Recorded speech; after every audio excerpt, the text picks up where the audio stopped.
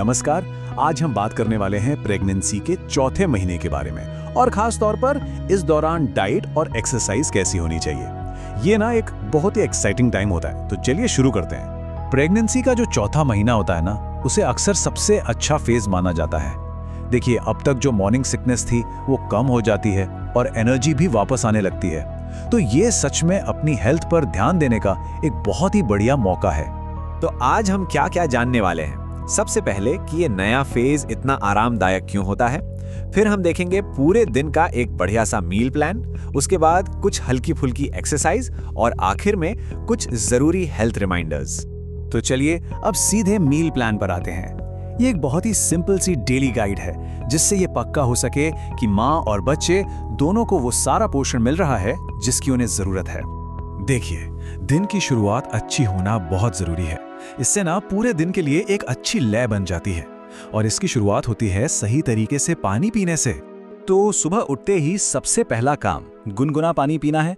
उसके बाद 5 से 6 भीगे हुए बादाम और कोई भी एक ताज़ा फल जैसे सेब, केला या फिर अनार। ये दिन की एक बहुत ही हेल्दी और अच्छी शुरुआत होती है। चलिए अब आते हैं दिन के सबसे जरूरी मील पर, यानी ब्रेकफास्ट। प्रेगनेंसी में एक हेल्दी और भरपेट नाश्ता बहुत बहुत जरूरी है। इससे मेटाबॉलिज्म अच्छा होता है और माँ और बच्चे दोनों को पूरे दिन के लिए एनर्जी मिलती है। तो नाश्ते में क्या ले सकते हैं? कम तेल वाला पराठा और दही एक बहुत अच्छा ऑप्शन है, या फिर ओट्स या दलिया भी खा सकते हैं। साथ में 1 गिलास दूध, और हाँ, प्रोटीन के लिए अंडा या पनीर लेना बिल्कुल ना भूलें।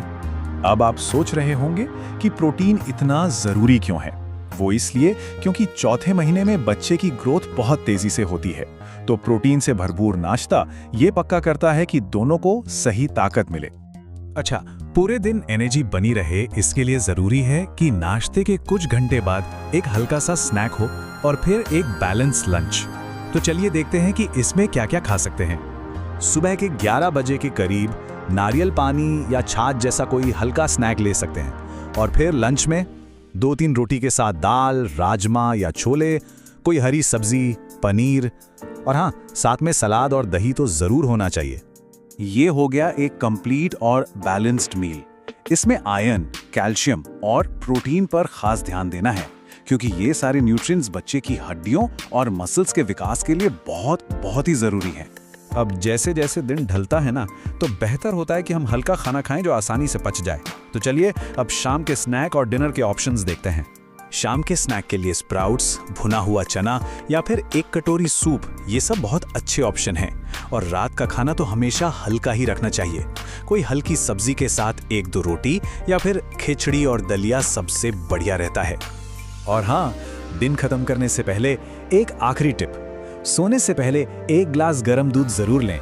इससे रिलैक्स होने और अच्छी नींद आने में तो मदद मिलती ही है, साथ ही ये कैल्शियम का भी बहुत अच्छा सोर्स है। ठीक है, तो खाने पीने की बात तो हो गई, अब जरा फिजिकल एक्टिविटी पर भी ध्यान देते हैं। इस फेज में हल्की फुल्की एक्सरसाइज करना ना सिर्फ सेफ है बल्कि बहुत ही फायदेमंद भी होता है। इसमें भी हमें चीजों को सिंपल ही रखना है।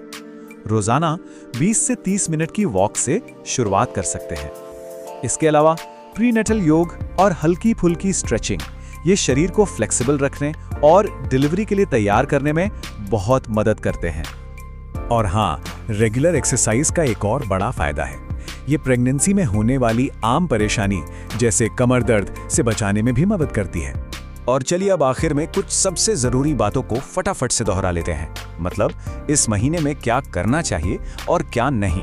तो देखिए, सीधी सी बात है, बहुत ज्यादा मीठा और जंक फूड अवॉइड करना है और एक ही जगह पर बहुत देर तक बैठे नहीं रहना है। इसके अलावा ये जरूर पक्का करें कि दिन भर में खूब पानी पी रहे हैं और डॉक्टर से रेगुलर चेकअप भी करवाते रहें। तो सवाल ये उठता है कि प्रेगनेंसी के इस आरामदायक दौर का सबसे अच्छा इस्तेमाल कैसे किया जाए ताकि आने वाले महीनों के लिए एक मजबूत तैयारी हो सके। तो कुल मिलाकर बात यह है कि चौथा महीना सच में प्रेगनेंसी का एक बहुत ही खास और आरामदायक समय होता है। एक हेल्दी रूटीन अपनाकर सिर्फ अपना ही नहीं बल्कि अपने बच्चे को भी जीवन की सबसे अच्छी शुरुआत दी जा सकती है।